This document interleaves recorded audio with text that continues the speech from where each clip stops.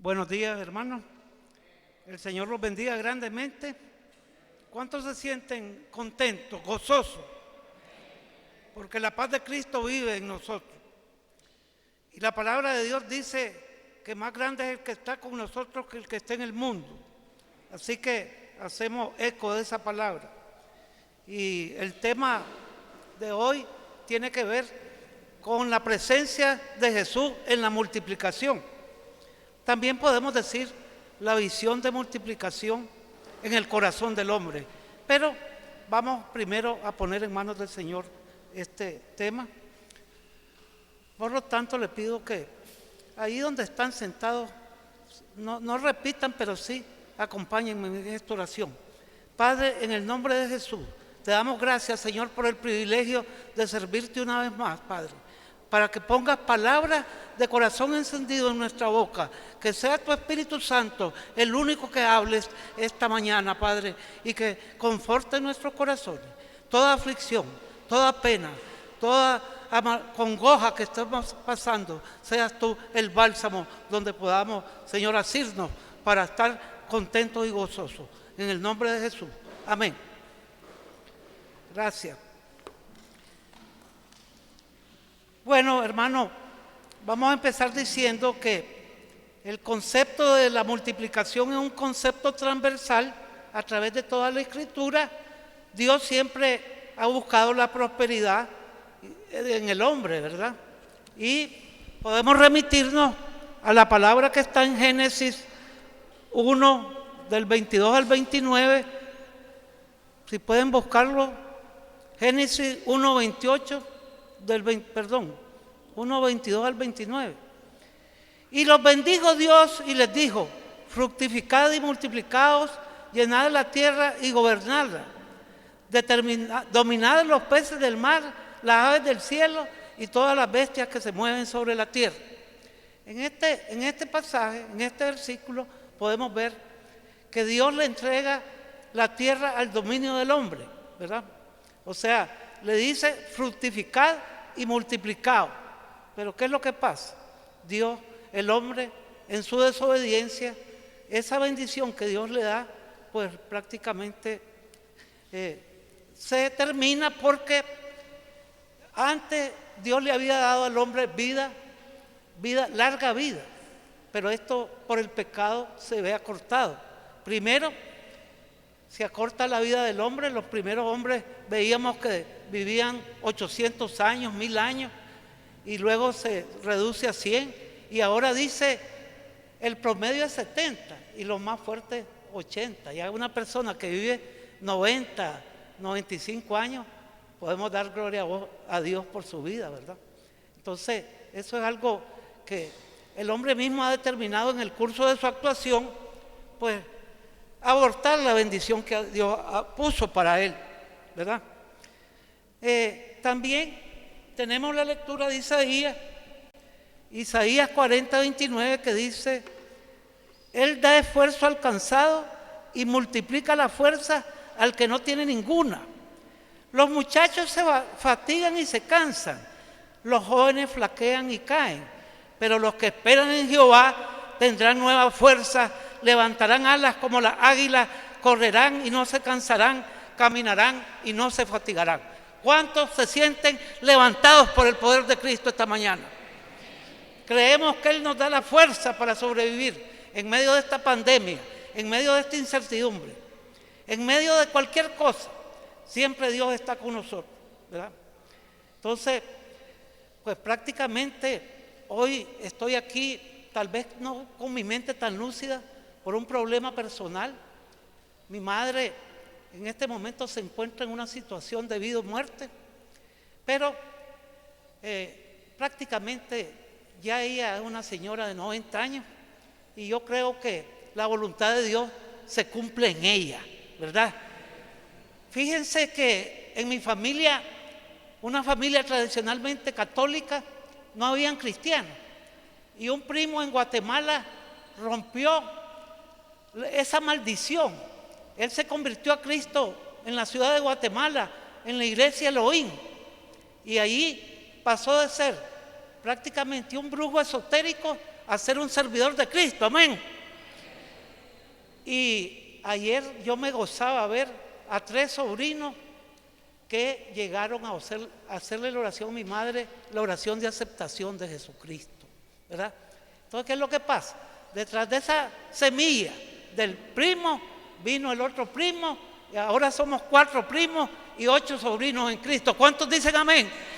¿Por qué? Porque Dios multiplica. La visión de Él es de multiplicación, ¿verdad? Entonces, decimos que Él da vigor al cansado y aumenta la fuerza del impotente. La palabra de Dios, fíjense bien, hay un principio que es difícil de explicar para la mente humana, que dice, Dios resta para multiplicar. Yo cuando oí esto no entendía. ¿Cómo es posible que Dios reste para multiplicar? Bueno, vamos a explicarlo de esta forma. Cuando Gedeón iba a la guerra, ¿verdad? Los madianitas dicen que superaban a los israelitas en un porcentaje de 10,000 a 1. Eran como langosta, dice la Biblia. Pero la orden que Dios le da a Gedeón es que reduzca el número. Hay mucho pueblo que está contigo, le dice, y tienes que reducir de 10,000 hombres, de 3,000 hombres a 300. Y con esos 300 vas a ganar la guerra. Desde el punto de vista humano es una locura. Los que han sido militares y saben de tácticas de guerra, saben que cómo vas a luchar vos, 300 hombres contra 100,000 enemigos. Pero todavía le dice Dios, y van a sobrevivir aquellos que pasen por el río y no se detengan, sino que laman como perros el agua, ¿verdad? Y sigan adelante. O sea, que no agarren un vaso, ¿verdad? Y se lo beban, sino que así en las rodillas, inclinados, laman el agua y sigan adelante. Y Gedeón lucha esa guerra con 300 hombres y gana la batalla, ¿verdad? Entonces, ahí vemos cómo reduce Dios para luego multiplicar. Tenemos otro ejemplo. Cuando el profeta Elías le dice a la viuda que ella solo tenía un poco de harina, ¿verdad? Un poco de harina y pan para ir a morir, decía ella. Le dijo ella, solo voy, como con mi niño y nos esperamos la muerte. Sin embargo, él le dijo, dame a mí primero. Ahí vemos que resta la harina, resta el aceite. Pero sin embargo, cuando le da al hombre de Dios, la harina y el aceite comenzaron a fluir de manera ilimitada. Porque Dios no es un Dios estrecho, Dios es un Dios que multiplica, Dios es un Dios que bendice. Y Él desea para el hombre lo mejor, ¿verdad? Pero el hombre es el que le pone límites al Señor, le pone límites, ¿verdad? Entonces, prácticamente el hombre siempre está limitando a Dios. Yo le decía a un hermano, ¿qué le pediste al Señor? Le pedí un carro. Y entonces le mandó un carro de juguete, de Masai, ¿verdad? Un carro de madera. Es que le digo, Dios es un Dios específico. Él quiere que le digas lo que querés, quiere que le digas de qué forma. Entonces yo voy a pedirle un carro, ¿verdad? De esas Toyotonas, una Prado del 2021. Pero si yo le digo, dame un carrito, pues me va a mandar un carro de madera, porque yo tengo que saber orar. Pedí y pedí mal, dice el Señor, ¿verdad? Entonces, vamos a ver otra área donde Dios multiplica. En 2 Corintios 9:10 dice, y Él da semilla al que siembra y pan al que coma. También suplirá y multiplicará vuestra sementera y aumentará los frutos de vuestra justicia. ¿Por qué dice que le da pan al que come y semilla al que siembra? Él dice, no le doy semilla al que no siembra. Ahora veamos esto referido a la forma como diezmamos y ofrendamos. Hay gente que dice, pero si con costo, ¿cómo voy a diezmar yo? Si diezmo no me va a alcanzar ni para la comida. Pero vos dale a Dios con tu corazón, que Él se va a encargar, porque vos ocupaste de lo de Él y Él se va a encargar de lo tuyo. Así dice el Señor, ocúpate tú de mis cosas, que yo me ocupo de las tuyas. Entonces vos ofrendás, diezmás con tu corazón, ¿verdad? Agradable y dice, no con dolor, sino con alegría, porque Dios ama al dador alegre. O sea, que prácticamente siempre Dios está en contra de la naturaleza. Cuando Eliseo, ¿verdad? El profeta Eliseo iba a construir, los profetas del reino querían construir un edificio porque se sentían estrechos, ellos fueron y se pusieron de acuerdo, ¿verdad? Pero el hacha prestada se le fue en el río. ¿Y qué hizo el profeta? Cortó un palo, lo tiró en el río y contra la ley de gravedad el hacha flotó y lo agarraron, ¿verdad? O sea, un milagro, porque Dios siempre está multiplicando. O sea que ahí podemos ver una ley que va en contra de la gravedad. La gravedad, yo tiro esta caja en un río y ella se hunde, pero el hombre de Dios tiró el palo que había cortado y la hacha flotó. Lo normal es que una hacha se hunda en un río, ¿verdad? Entonces, esa es la unción del Señor. Pero Él dice que da semilla al que siembra. Si yo siembro, diezmo, y yo ofrendo, y yo, bendigo, el Señor me manda de nuevo. Y así es el ciclo vital. Vuelvo a sembrar, vuelvo a ser bendecido. Vuelvo a sembrar, vuelvo a ser bendecido. Y el dinero nunca se me termina. ¿Por qué? Porque Dios da semilla al que siembra y pan al que come. ¿Cuántos dicen amén? Amén.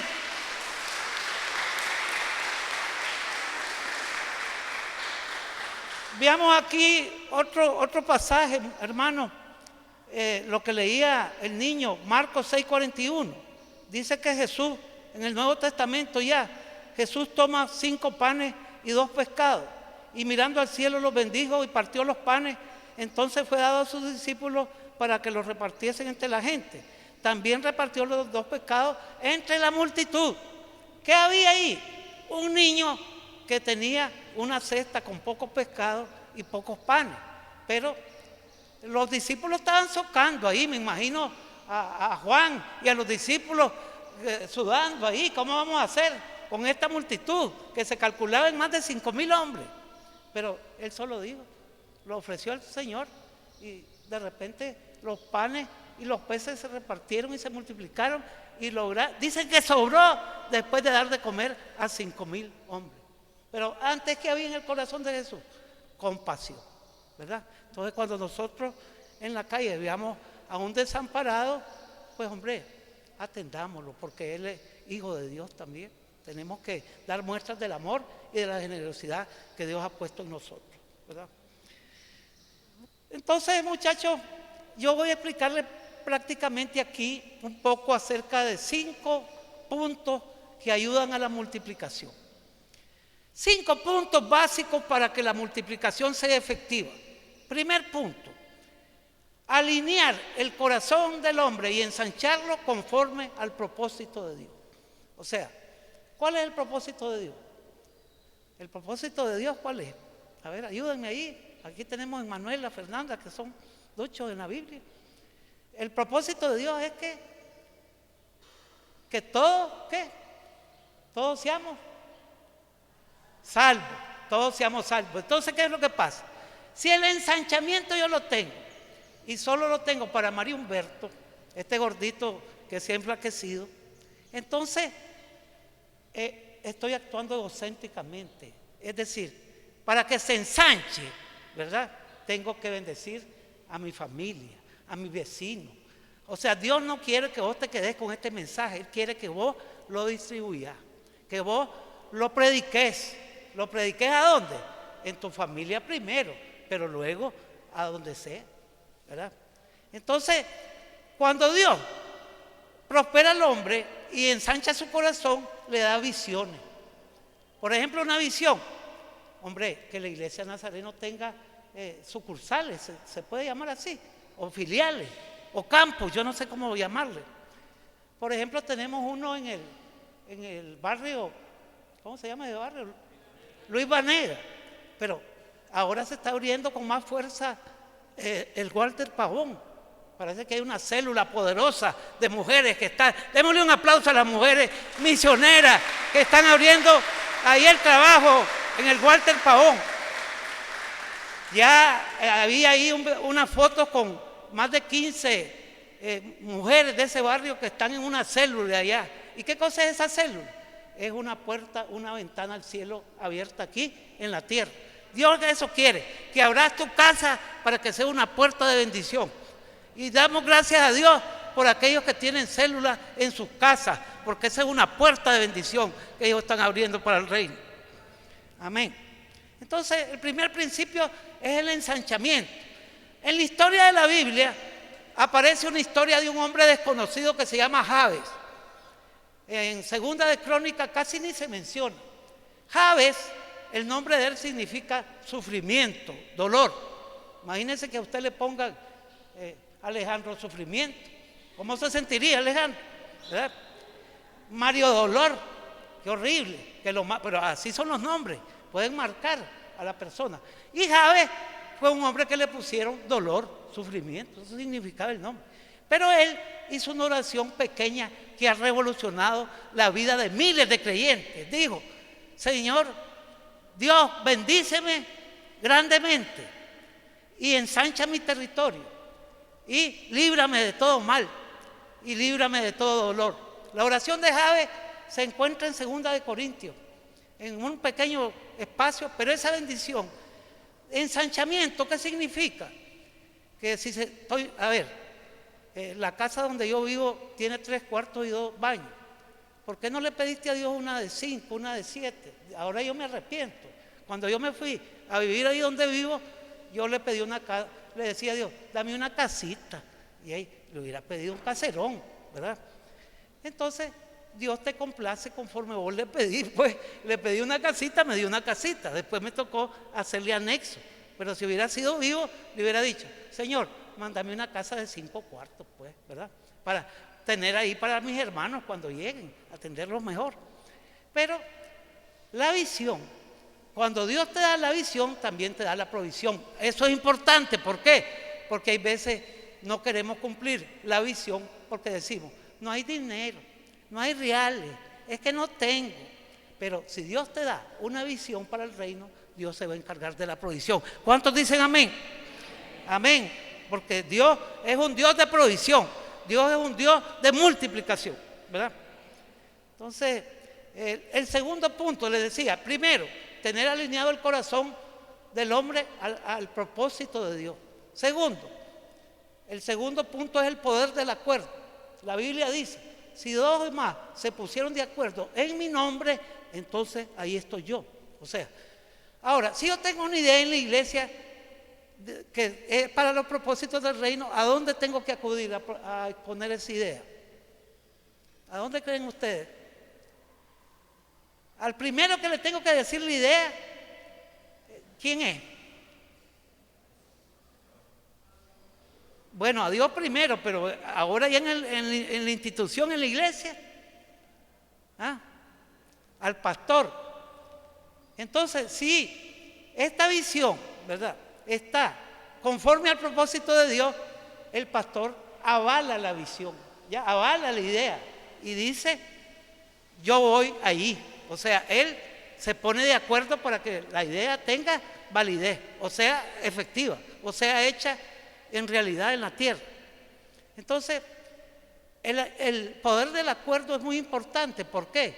Porque cuando hay división, cuando hay disputa, cuando hay celo, por ejemplo, entre los mismos ministerios de la iglesia, entonces Dios no puede actuar bendiciendo. ¿Por qué? Porque esa división limita la bendición. Mucho cuidado, ¿verdad? Porque yo tengo celos porque Alejandro canta y es un salmista prodigioso y yo soy más sordo que una tapia, entonces yo me pongo celoso por eso, ¿verdad? Entonces, celo, ¿por qué? Porque el otro es más usado que yo, entonces, ¿por qué usa a Emmanuel tan bárbaramente y a mí no me usa? Hombre, Dios bendiga, ojalá hayan 20 Emmanuel que vengan a predicar el evangelio del reino. Amén. Entonces, prácticamente tenemos que ser unánime. El poder del acuerdo, ¿verdad? El acuerdo, estar siempre juntos en la visión, porque en lo que estamos unidos, la iglesia se va a multiplicar. Y esta iglesia nació para multiplicarse.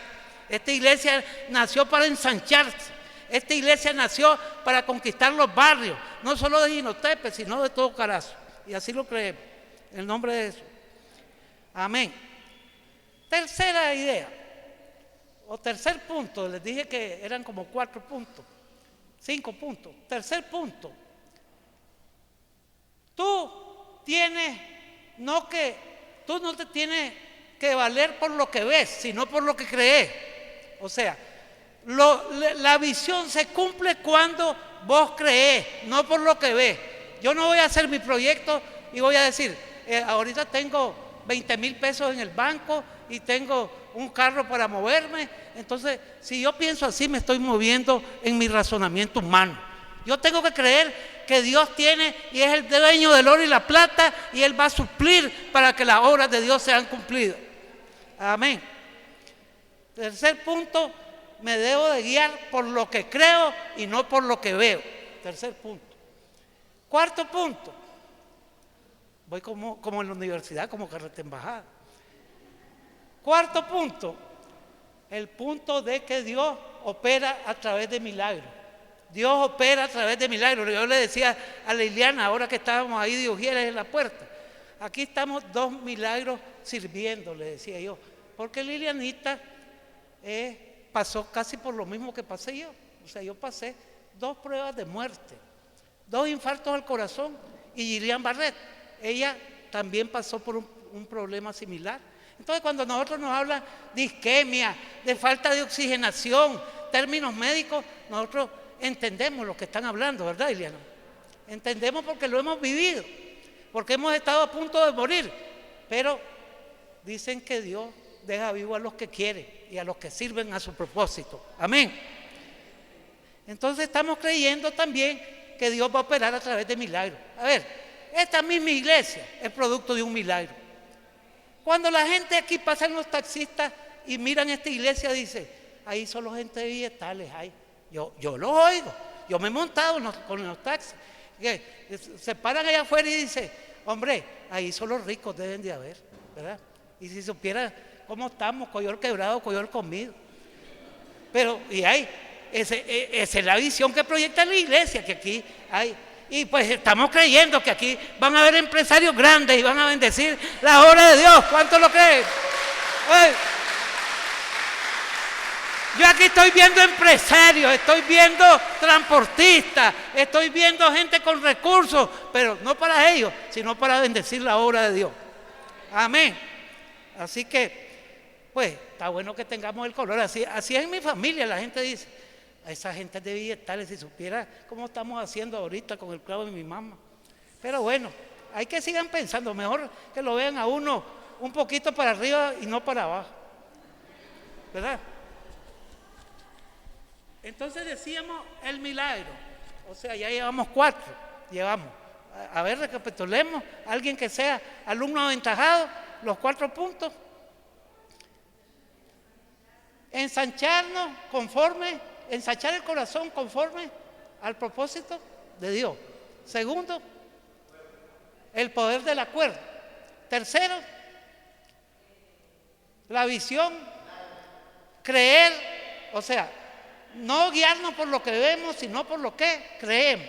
Cuarto, que Dios va a operar a través de milagros. Cuarto.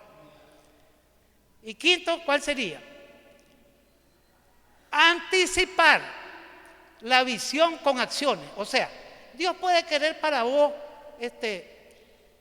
Dios puede tener un proyecto grande. Les voy a poner un ejemplo. Yo visité una vez la iglesia Osana de Panamá y una señora muy humilde, Dios le dio una visión. Ahí donde estaba sentadita, dijo, Dios me acaba de dar una visión que yo voy a hacer una bisutería, así creo que le llaman los artesanos. Y dice, ya unos chinos me dieron $10,000 para comenzar. O sea, habían unos chinos ahí en la iglesia, llegaron y le contó la visión y ahí nomasito agarró $10,000 para empezar. Y entonces le dijeron, ¿ustedes saben cuántos chinos hay en China? Valga la redundancia. Dicen que un día a Nicaragua le pidieron aguacates y aquí mandaron un camión, un contenedor de aguacate. Y dice, pero eso no nos da ni para un barrio, porque la población de China es de miles de millones de habitantes. Entonces, así pensamos nosotros. Pensamos el camión, el contenedor que vamos a mandar. Si son miles de contenedores los que hay que mandar, entonces el pensamiento tiene que ser ensanchado. para poder ver la misión de multiplicación. Entonces, ¿qué significa ponerme en acción? Si yo no doy un paso para hacer mi empresa, o sea, digo yo, esta laptop la tengo aquí, allá está mi mamá que tiene un solar, ahí voy a comenzar a construir, me pongo en acción, tengo un contacto por aquí, por allá, lo comienzo a mover, entonces Dios no te va a dar nada, porque Dios le da al que se pone en acción. Dios le da al que hace. O sea, hay que creer, pero después disponerse a hacer, ¿verdad? Entonces, ¿cuánto estamos dispuestos ahora a hacer la obra de Dios en grande? Amén. Ahora veamos 5 cosas que son importantes también, que no son principios vitales, pero que son válidos en el reino de Dios, en el Evangelio. Primero, tienes que alejarte un poco de la tierra. Cuando Jesús predicó, le prestó la barca a Pedro, y Pedro predicó desde la barca a la multitud. ¿Qué hizo ahí Jesús? Les habló no desde la tierra firme, sino desde la barca.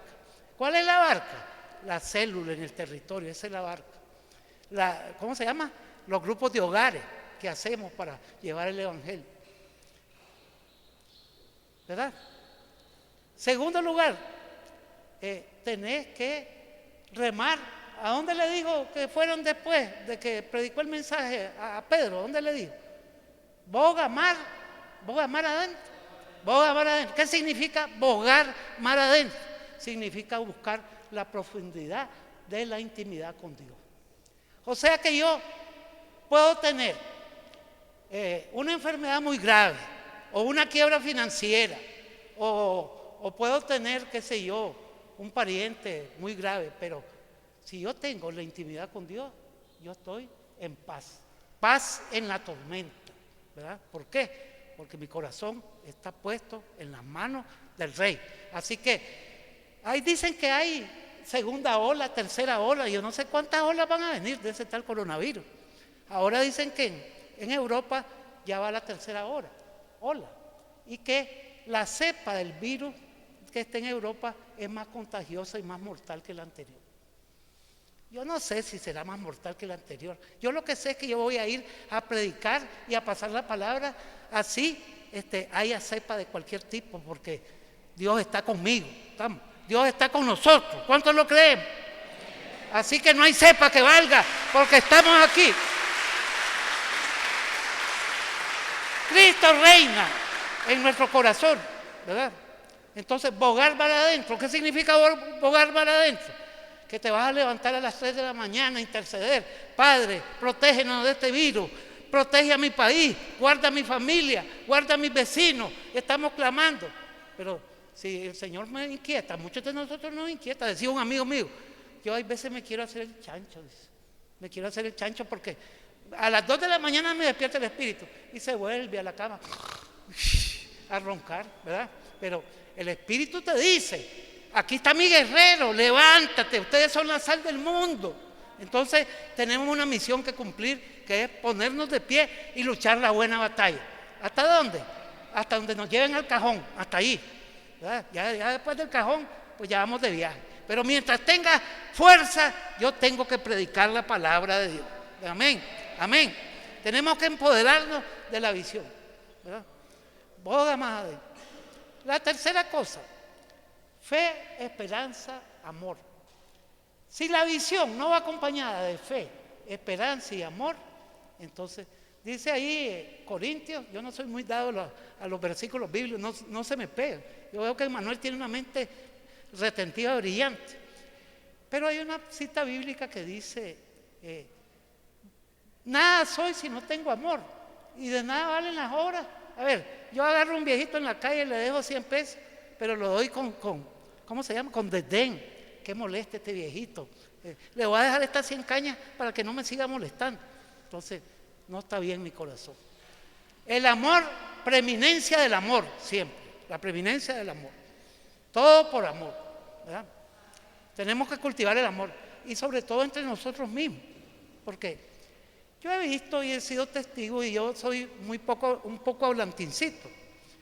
Yo he visto las descoordinaciones que hay aquí entre los ministerios. Hay descoordinaciones, hay veces un ministerio choca con otro, no se ponen de acuerdo, Y ahí, en esa falta de comunicación, se rompe la unidad de la iglesia. Aunque no lo crean, en cosas pequeñas, pero así es. Entonces, primero debemos de cultivar el amor entre nosotros mismos, ¿verdad? Y finalmente, tenemos que prepararnos para invertir los recursos en las nuevas barcas. ¿Qué significan las nuevas barcas? Las nuevas iglesias, los nuevos hogares, los grupos de hogares que vamos a plantar para que la obra de Dios sea desarrollada, ¿verdad? Entonces, muchachos, hay muchos ejemplos, el de Gedeón, el de la viuda de Sarepta, los milagros que Dios hizo cuando los muros de Jericó, todos ellos básicamente están dados sobre lo sobrenatural de Dios, que es, ¿cómo yo le voy a dar 7 vueltas a un muro y se va a caer? En lo humano, como estrategia militar, es un disparate, pero en la visión de Dios eran herramientas efectivas que le dieron el triunfo al pueblo de Israel sobre sus enemigos.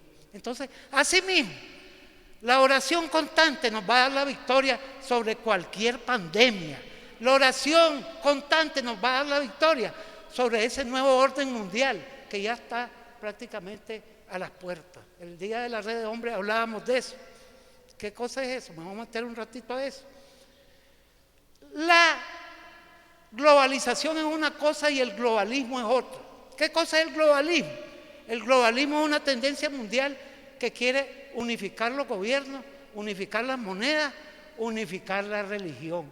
Entonces, se le ha metido a la doctrina falsa que van a ser unas enormes iglesias donde va a entrar, por un lado, un musulmán de esos de la yihad terrorista, va a entrar a orarle a su Dios. Y allá detrás vamos nosotros a orar y los católicos por otra puerta. O sea, un solo edificio y 3. ¿Tendrán comunión la luz y las tinieblas, dice la Biblia? Nunca. O sea, el Dios nuestro es un Dios único, es un Dios vivo, es un Dios que es espíritu y es verdad. Él es el Todopoderoso, Él es el Rey de Judá, el Dios de la tribu de Israel. Él es el omnisciente, el omnipresente, es el Dios que todo lo puede, todo lo ve. Y ese no es el mismo Dios que los musulmanes predican. El Dios de los musulmanes, que es el profeta Mahoma, está enterrado y el de nosotros vive, el de nosotros está vivo, está ahora actuando, está en las calles, en cada prédica, en cada grupo de hogar, en cada célula. Es un Cristo vivo y de poder. Y este país, Nicaragua, ha sido escogido, créalo, para llevar luz a las naciones. Es un país donde Dios tiene puesta su mirada. Algunos le llaman el segundo Israel. Y es más, de aquí van a salir misioneros a las naciones a predicar el Evangelio de Cristo. ¿Cuántos están dispuestos a ir afuera a predicar el Evangelio de Cristo? Levante la mano los que están dispuestos.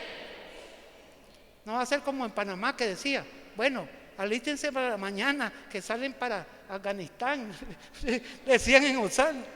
¿Qué tal que nos dijeran eso? Mañana salí con tu valija y tu pasaje para Afganistán. Y llegas allá y oí, así se oye el murmullo de los musulmanes orando de maíz. Son disciplinados, oran 5 veces al día. Y van en el tráfico, paran el carro, sacan una alfombra y ahí se postan. Y hay veces nosotros estamos poniéndole peros para venir un domingo a la iglesia. Bueno, la voy a dejar por ahí porque tengo también que hacer otras cositas en la casa, pero voy a hacer un llamado ahorita. ¿Hay aquí entre nosotros alguna persona que quiera reconciliar con Dios o quiera aceptar a Jesucristo? Levante la mano, póngase de pie. Démosle un aplauso a este amigo por su valor. Dios lo bendiga, amigo. Pase adelante, pase adelante. Vamos a orar por él. Repita conmigo las siguientes palabras. Señor Jesús.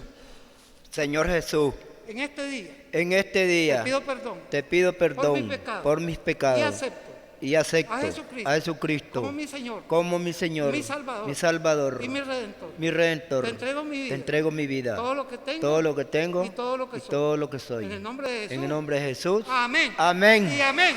Amén. Démosle un aplauso. Siéntese. Aquí le tengo una reliquia. Después. Ahora, Sí, ok. pido cooperación para comprar. Bueno, vaya a sentarse. Bueno, Dios los bendiga, hermano. Creo que ha sido poco, como dice el pastor Edgar, poquito, pero hablamos bastante. Dios me los bendiga, que Dios esté siempre con ustedes y que siempre les pido oración por mi madre también en este día. Muchas gracias.